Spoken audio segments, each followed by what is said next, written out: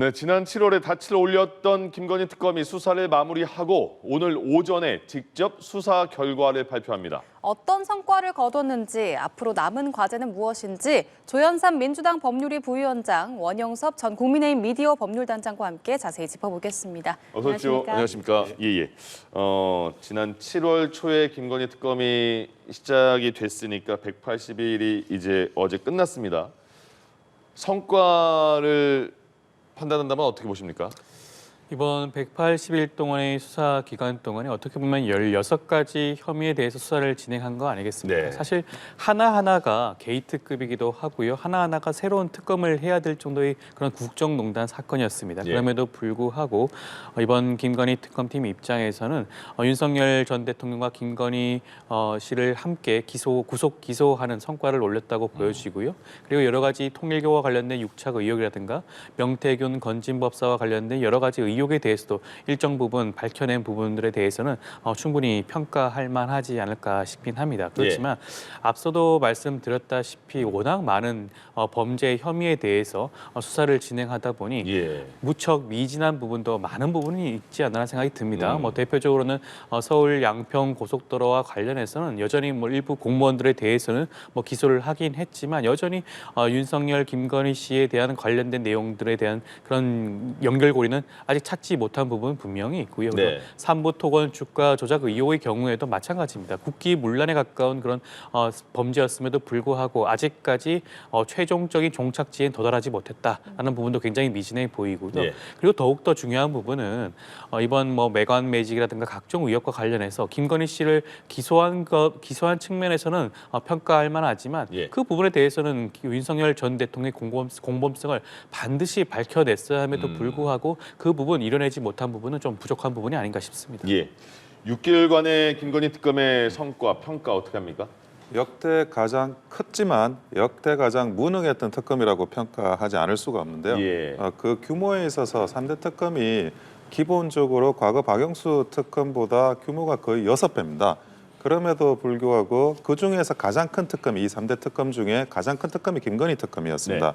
그런데 과연 어떤 부분에 대해서 확실한 그런 혐의를 잡아가지고 기소를 했느냐 따져보면 저는 그 평가를 굉장히 박하게 할 수밖에 없는데 기본적으로 구속영장 청구 인용률이 30%대에 불과합니다. 그리고 16가지 그 범죄 대상을 규정을 해놓고 그중에 상당 부분에 대해서 구속을 시키지 못한 걸 넘어서 기소도 제대로 시키지 못한 사건들이 굉장히 많습니다. 그럼에도 불구하고 강압수사 의혹은 있었고 양평군청 공무원이 극단적인 선택을 하는 그런 상황까지 있었습니다. 그렇게 강압수사를 하고 대규모 수사를 하고 장기 수사를 하고도 별로 성과가 없는 이런 상황에서 과연 이 국민 세금을 낭비한 그런 역대 가장 무능했던 특검이 아닐까라는 생각입니다. 두 분이 총평을 좀 해주셨는데 한 가지 좀 자세히 살펴보도록 하겠습니다. 먼저 좀 성과적인 부분을 살펴보면 전직 영부인이 공개 소환, 구속, 그리고 구속 기소까지 이어진 게 사상 처음이어서 특검 수사의 가장 상징적인 장면으로 좀 남기도 했고요. 또 도이치모터스 주가 조작이나 디올 가방 수수 의혹 등 이 기존 검찰이 김 씨에게 내렸던 무혐의 처분을 뒤집기도 했습니다. 이런 부분에 대해서 좀 어떻게 보고 계시는지요? 충분히 평가할 수 있는 그런 부분이 아니겠습니까? 그런 부분들에 대해서 아마 이번 많은 국민들이 이번 김건희 특검팀의 효능감을 아마 느꼈을 것이라고 보여집니다. 특검팀이 아니었다고 한다면 김건희 씨가 이렇게 구속 기소되고 관련된 각종 의혹이 다시 한번 파헤쳐지는 것이 그런 성과를 얻지 못했을 가능성도 굉장히 높겠죠. 특히 도이치모터스 주가 조작 사건의 경우만 살펴보더라도 기존 윤석열 정부 때 검찰 입장에서 이 부분에 대해서 무혐의 결정하지 않았겠습니까? 각종 의혹이 있음에도 불구하고 이에 대해서 제대로 된 수사를 진행하지 않았죠. 그것을 이번 특검팀이 제대로 된 수사를 통해서 기소까지 이뤄낸 부분이 있지 않겠습니까? 저는 그 부분은 충분히 평가를 할 필요성이 있다라고 보여지고요. 다만 그 당시에 도이치모터스 주가 조작에 대해서 무혐의 결정을 내렸던 검사들에 대한 수사가 이루어지지 못했습니다. 그 부분에 대해서는 어떻게 보면 자칫 잘못하면 특검팀을 구성하고 있는 그런 특검보라든가 각 모든 구성원들이 검사 출신이기 때문에 검사에 대해서는 더욱더 좀 엄정한 잣대를 수사를 진행을 못하는 게 아닌가라는 그런 우려가 있을 수도 있거든요. 예. 저는 그러한 측면에서는 굉장히 아쉬운 부분이라고 보여지고요. 그런 부분 미진한 부분들이 있기 때문에 2차 종합특검을 통해서 반드시 마무리하고 해결을 지어야 될 부분이 있지 않을까 싶습니다. 그럼 그 검사들에 대해서는 지금은 이제 국수본으로 넘기는 건가요? 지금은? 현재는 특검 수사가 종료되었고 시한이 마무리가 되었기 때문에 예. 국수본에 즉각 이첩을 하게 되어 있습니다. 네. 특검법에 따르면 그렇다고 한다면 국수본 차원에서 이 사건을 넘겨받고 수사를 진행할 것으로 보여지고요. 예. 국회 차원에서 2차 종합특검이 통과가 된다고 한다면 그 국수본은 그것을 특검팀에 다시 이첩을 하는 그러한 단계로 진행이 되지 않을까 싶습니다. 그렇군요. 예. 예,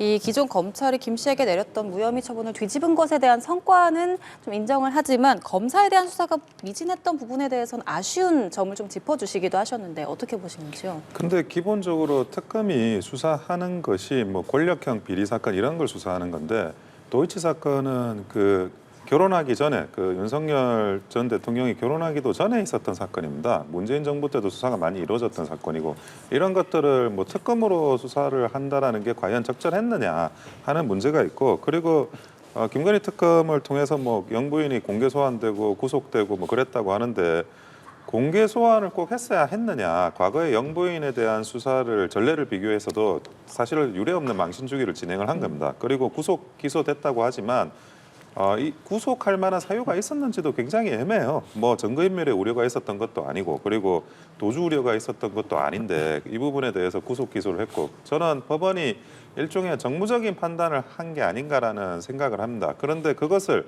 마치 이 김건희 특검이 뭘 잘해가지고 이거를 해낸 거다, 업적이다 이렇게 판명하는 거는 굉장히 좀 맞지 않다고 생각이 들고요. 그리고 그 전에 굉장히 수사만 하고 제대로 성과를 내지 못하고 먼지털이식 수사를 했던 그런 사례들이 너무나 많습니다. 아까도 말씀드렸지만 양평군청 공무원 같은 경우 극단적인 선택을 했다 하더라도 다른 사람들에 대해서도 그러면 그와 유사한 그런 강압 수사가 굉장히 많이 있었을 거라고 추정할 수밖에 없고 그런데 그 결론은 뭐냐? 다시 한번 말씀드리지만 최대의 특검을 하면서도 결국 구속영장 인용 비율도 뭐 30%대에 머무는 그런 뭐 굉장히 하나만한 특검을 했다라는 게 제 생각입니다. 예, 두 분이 법률가신데 김건희 씨의 구속 기소에 대해서도 상당히 다른 판단을 하시는 것 같습니다.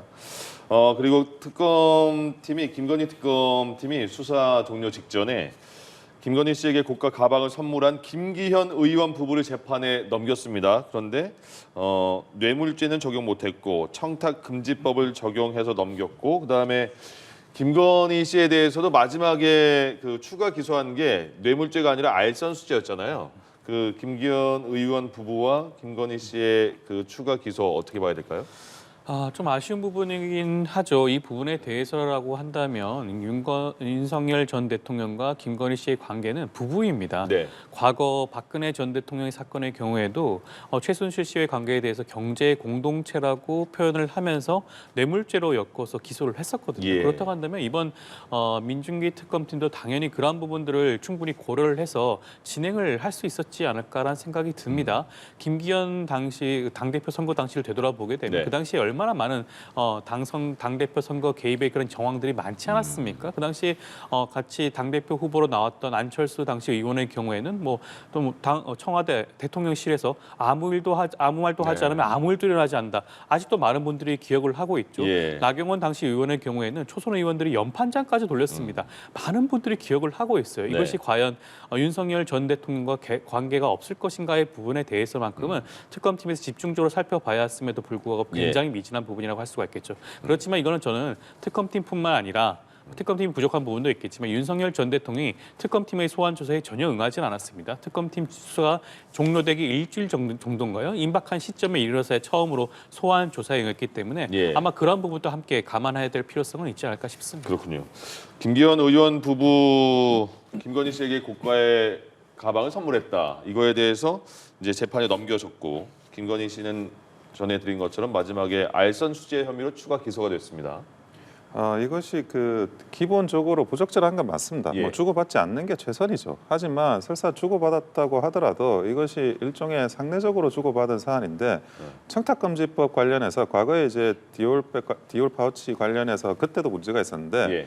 형사처벌 적용 법조가 없어요. 지금 김건희 여사가 자기가 공무원이 아니지 않습니까? 공무원의 배우자지 않습니까? 네. 공무원의 배우자가 뭐 받으면 안 된다 이런 법조는 있는데 그걸 받았을 때 처벌하는 조항이 없어가지고 그때도 네. 처벌 조항이 없는 걸 어떻게 처벌을 하냐 이런 법리적인 문제가 계속 있었습니다. 그런데 여기서도 똑같아요. 그러니까 청탁금지법으로 기소를 한다 그렇지만 결국 처벌 조항이 없는 걸 무리하게 기소를 했다라고 볼 수밖에 없고 이런 부분에 대해서 법리적으로 엄밀히 다툼이 있는 걸 굳이 일종의 이걸 뭐 우리가 실무에서는 면책적 기소라고 하는데 네. 문제를 삼기 위해서 면책적 기소를 한 걸로 보이기 때문에 그게 굉장히 이번 김건희 특검이 무리한 이런 먼지털이 수사를 했다라고 보여진다는 겁니다. 예. 그러면 앞으로 이런 수사들이 경찰 국수본으로 넘어가게 될 텐데 앞으로 좀 수사가 국수본에서 어떤 방향으로 좀 진행이 될 거라고 보시는지요? 그러니까 결국 뇌물죄를 입증할 수 있느냐에 대한 문제를 풀어나가야 되는데 뇌물죄 입증도 굉장히 어려워요. 그러니까 정당의 어떤 의견을 제시를 하는 게 윤석열 대통령이 1호 당원이지 않습니까? 당에 대해서 어떤 의견이든 뭐 말하는 것 자체가 문제가 되는 건 아니에요. 근데 그게 말하는 게 어떤 뇌물에서 그 공모에 관한 행위를 한 거다. 직무와 관련해서 연관성이 있는 거다. 이 법리가 애초에 적용되기가 어렵거든요. 그럴 때 이거를 뭐 자백을 한다 그래서 입증이 되냐? 자백을 해도 법리적으로 입증이 안 돼요, 뇌물죄가. 그런데 이거를 국수본에 넘겼으니까 자기들은 시간이 없고 뭐 한계가 있어서 못했다라고 이야기하는 거는 애초에 법리상 적용될 수 없는 죄를 가지고 마치 할 수 있었는데 안 한 것처럼 못한 것처럼 이야기를 하는 거기 때문에 그것도 일종의 언론 플레이라고 생각합니다. 네, 법리적으로 좀 적용되기 어려운 것이다라고 이야기를 하셨는데 어떻게 생각을 하시는지요? 그렇다고 한다면 제가 앞서도 말씀드렸던 뭐 박근혜 전 대통령 사건에서 최순실 씨가 관련돼서 기소가 되지 않았겠죠. 그 부분 충분히 입증할 수가 있는 그런 기회가 있을 것으로 보여집니다. 물론 지금 민중기 특검팀 입장에서는 시간적인 부족함도 분명히 있었고요. 앞서 말씀드린 것처럼 윤석열 전 대통령의 수사에 굉장히 비협조적으로 나왔죠. 그런 부분들을 충분히 좀 감안할 필요성도 있지 않을까 싶고요. 저는 국수본 차원에서 윤석열 전 대통령의 그런 공모 여부를 반드시 밝혀내야 되고 반드시 밝혀낼 필요성과 그런 가능성도 저는 충분히 있다고 보여집니다.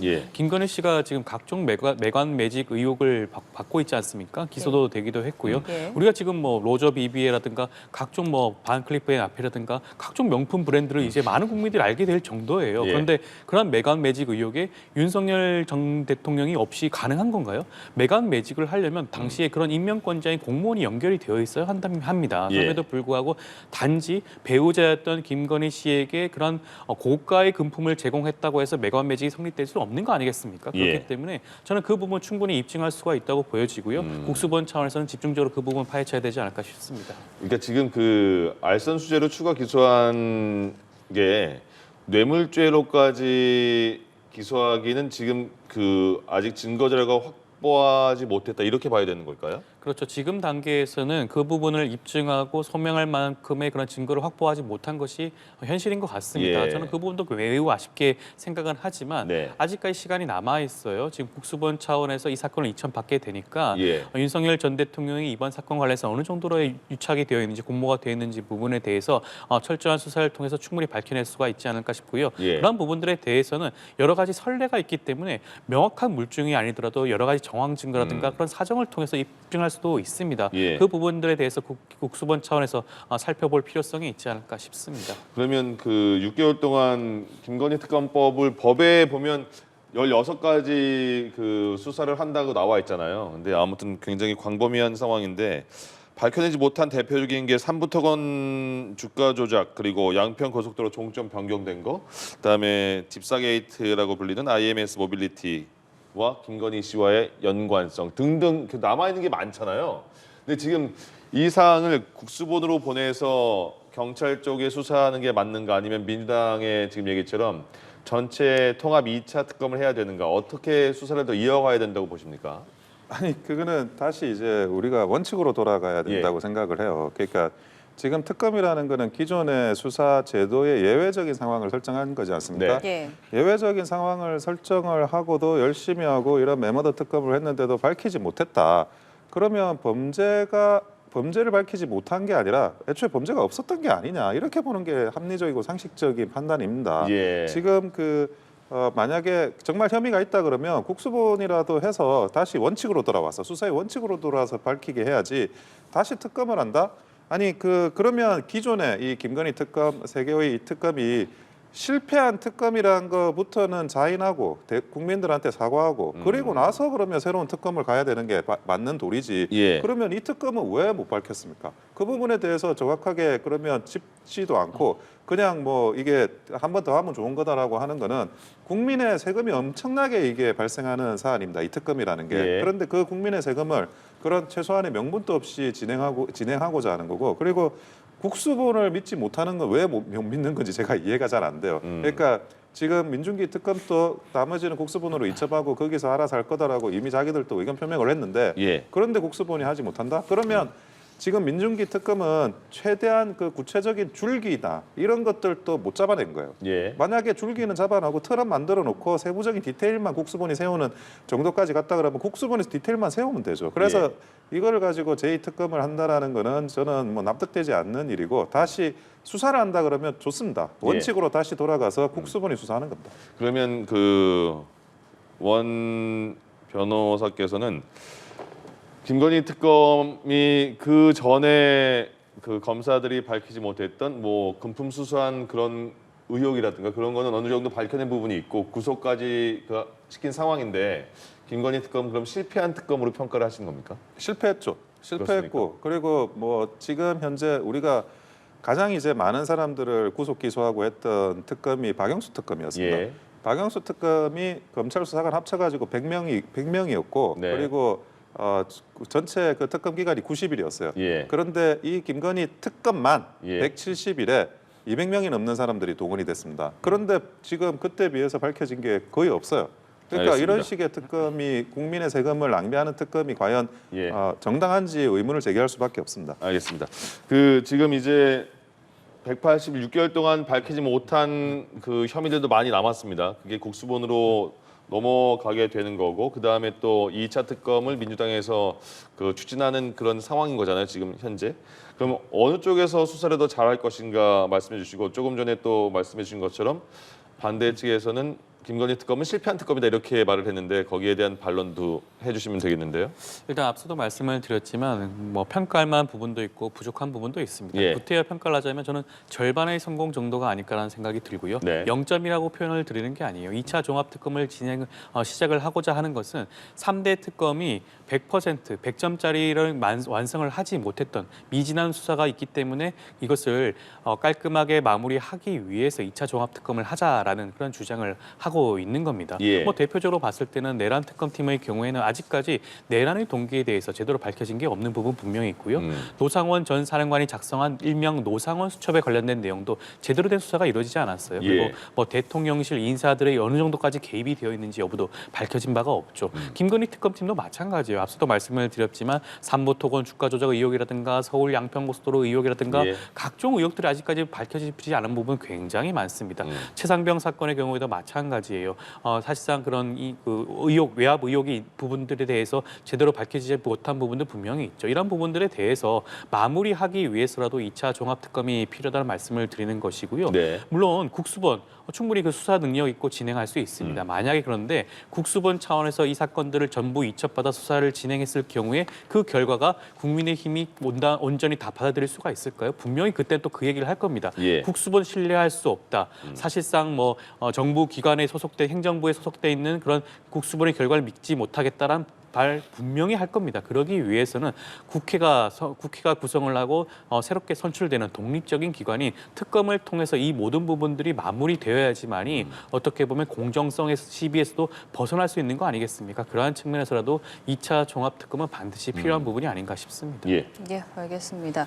한편 김건희 특검은 수사 막바지에 통일교 관련 수사 과정에서 여권 인사의 정황을 포착하고도 제대로 수사를 하지 않았다는 편파 수사 의혹을 받기도 했습니다. 그런 그러면서 오히려 김건희 특검팀이 수사 대상이 됐는데 이런 부분에 대해서는 어떻게 보고 계시는지요? 그러니까 민중기 특검은 마지막까지도 자기들이 특검으로서의 그런 뭐 정상적인 특검임을 스스로 부정하는 그런 행위를 저질렀다고 생각할 수밖에 없는데요. 이것이 단순히 뭐 수사를 하지 않았다가 아닙니다. 수사를 혐의점을 잡으면 그 혐의점을 뭐 국수본으로 이첩하든가 아니면 자기가 직접 수사하든가 해야 되는데 무려 4개월이나 이 내용에 대해서 뭉개고 있었던 거예요.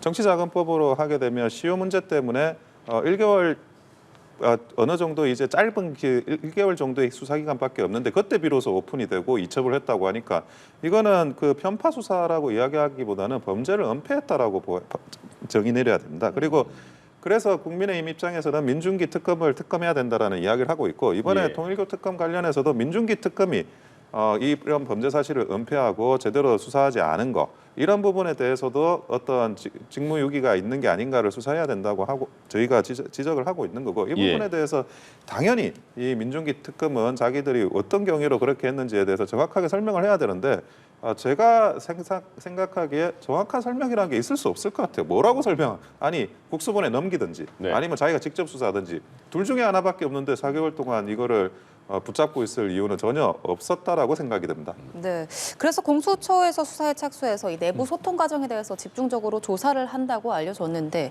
이 부분에 대해서 좀 어떻게 보십니까?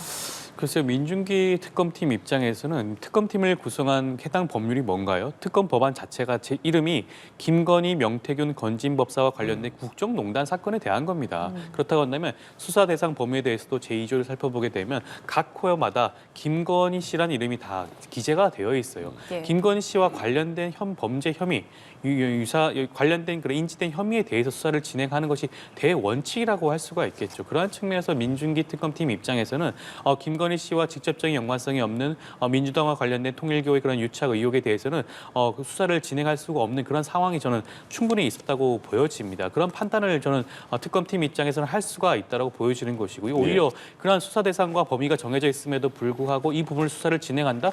오히려 추후에 문제의 소지가 발생할 수가 있을 것으로 보여져요. 물론 즉각적으로 이 부분들에 대해서 국수본으로 수사를 이첩했으면 가장 좋았겠지만 그러하지 못한 부분도 앞서 저희가 여러 얘기를 했지만 민중기 특검팀이 지금 진행을 하고 있는 사건이 굉장히 많았습니다. 16개 혐의에 대해서 수사를 진행을 하다 보니까 이 부분까지 미처 결정을 못 내린 부분도 저는 있을 수 있다고 보여지고요. 그리고 정치자금법 공소시효 문제도 반복적으로 지적을 하고 있는데 특검팀이 이 수사를 진행을 하고 그다음에 사건 내사번호까지 매기지 않았습니까? 그런 경우에는 특검팀의 경우에는 특검법에 따라서 공소시효가 정지되는 규정이 나와 있습니다. 그렇다고 한다면 그 부분도 함께 나중에 추후에 검토될 수가 있는 사안이 아닌가 싶기 때문에 이 부분에 대해서 특별하게 더 수사를 진행을 한다라든가 아니면 특검을 또 진행을 해야 될 필요성은 저는 없지 않을까 싶습니다. 그러니까 그 김건희 씨에게 특검이 15년을 구형했잖아요. 그러니까 가장 큰 16개 그 수사 항목 중에서 도이치모터스, 명태균, 건진법사 이게 가장 그 핵심이었는데 그거와 관련해서 알선 수재와 자본시장법과 관련해서 징역 11년 구형했고 정치자금법과 관련해서 징역 4년을 구형해서 총 15년을 구형했고 내년 1월 28일에 1심 선고가 납니다. 선고는 어떻게 전망하십니까? 지금 민중기 특검팀이 이번 공판 종결 과정에서 밝혔듯이 이 사건 자체는 단순한 사건이 아닙니다. 정치인의 그냥 배우자에 얽히된 문제가 아니고요.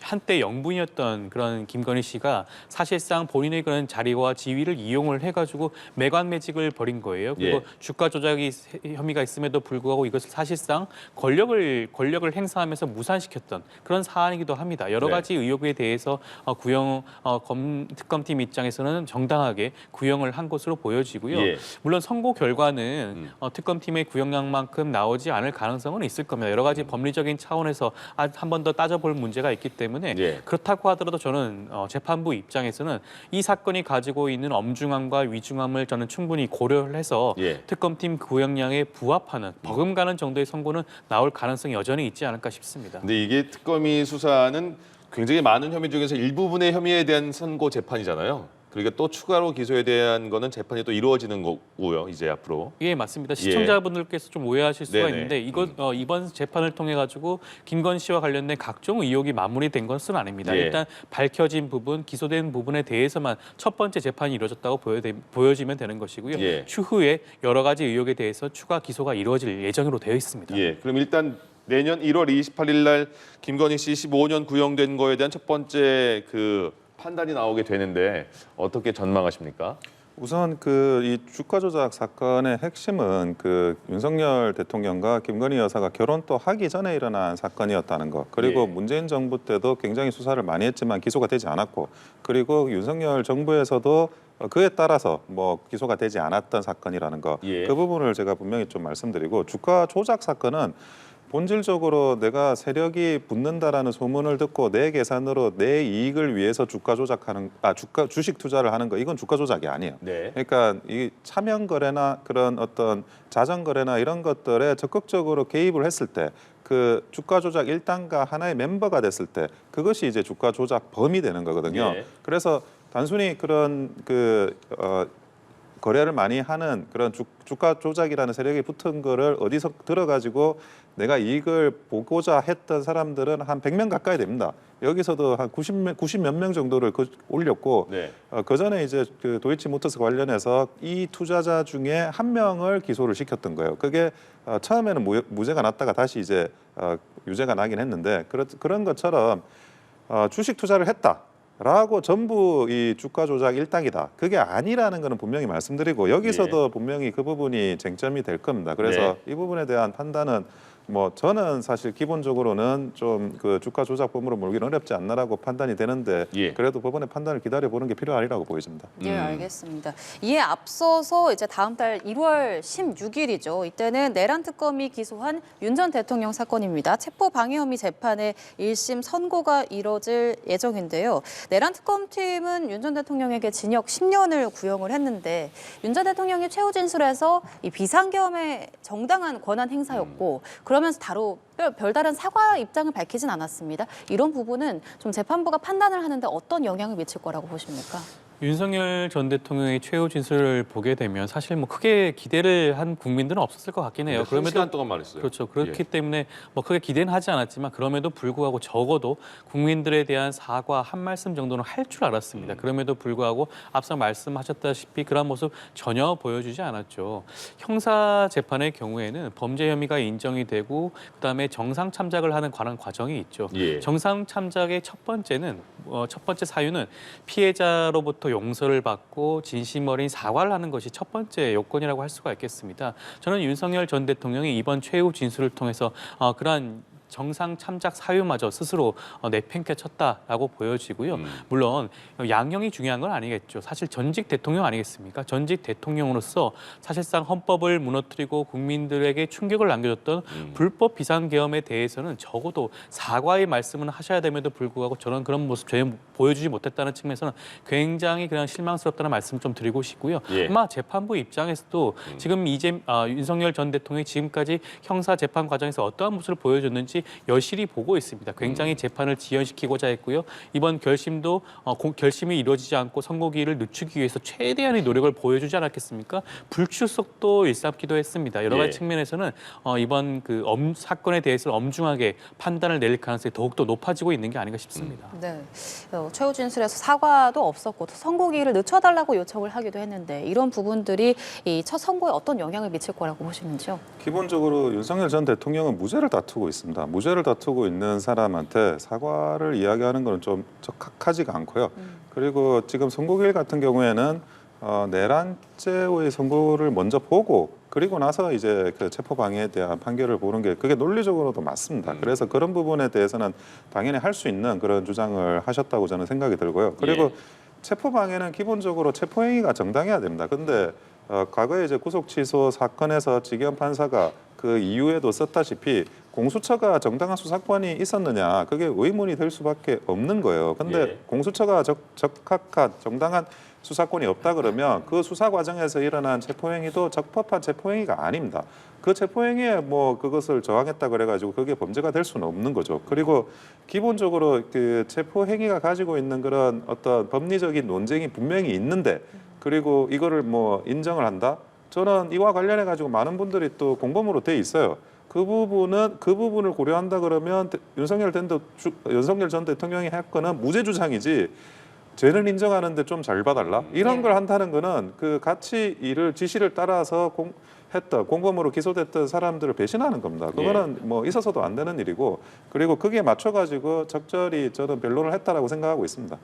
윤석열 전 대통령은 1월 18일이 구속 만료 기간이기 때문에 그 전에 16일 날 선고를 내리는 게 그 구속 만료 기간을 노려서 밖으로 나가기 위한 생각 아니냐라는 거에 대한 그 반론을 핀 것 같아요. 아내도 지금 구속되는 상황에서 내가 집에 가서 뭐 하냐 그런 그 말이 아니니까 선고를 좀 내란 재판 이후에 미뤄주면 안 되냐 이런 것 같은데 근데 그 특수 공무집행 방해, 체포 방해 혐의 선고가 다음 달 16일에 나오는 거잖아요.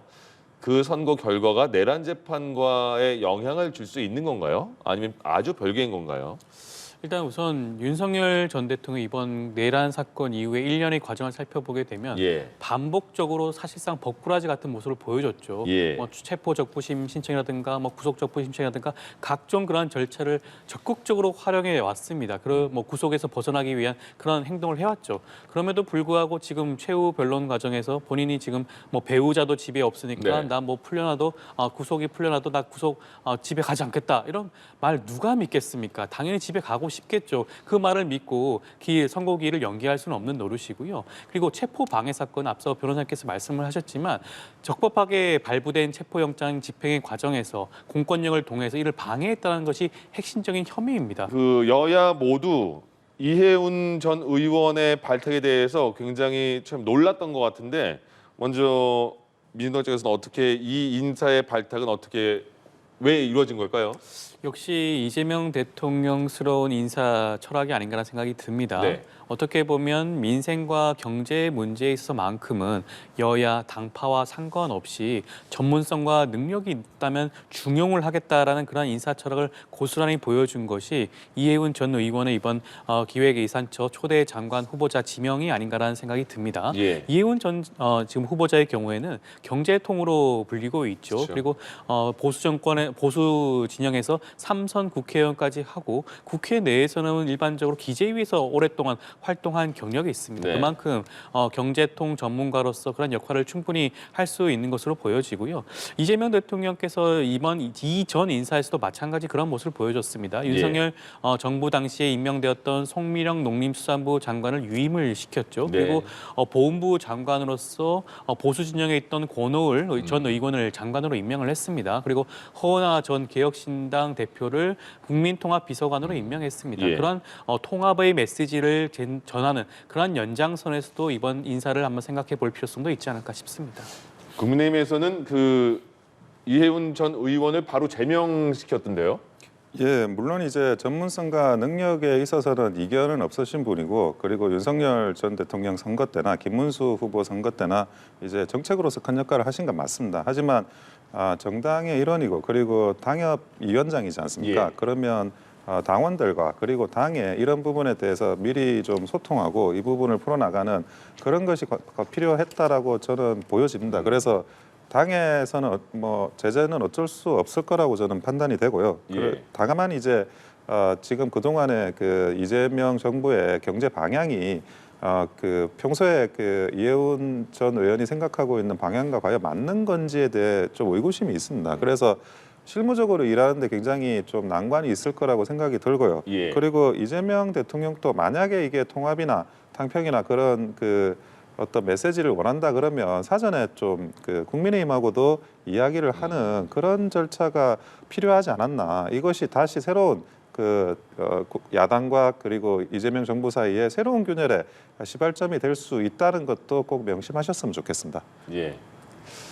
그러면 지금 인사청문회는 이제 해야 되는 거잖아요. 장관 후보자니까. 그러면 일단 보수 인사를 발탁을 했고 근데 국힘에서는 바로 제명을 했단 말이죠. 그럼 인사청문회의 쟁점은 뭐가 될까요?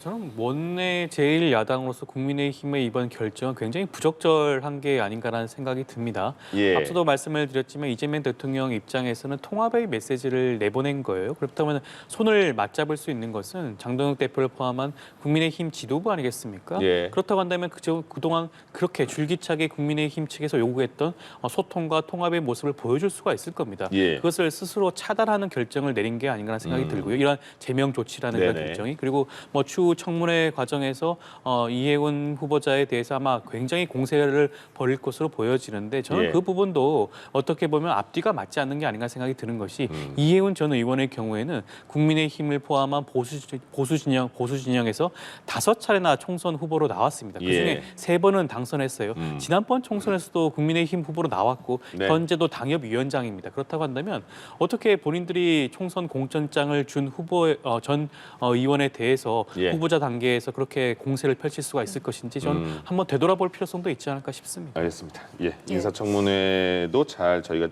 기다려 보겠습니다. 지금까지 조현삼 민주당 법률위 부위원장, 원영섭 전 국민의힘 미디어 법률단장과 함께 이야기 나눠봤습니다. 오늘 말씀 고맙습니다. 고맙습니다. 예.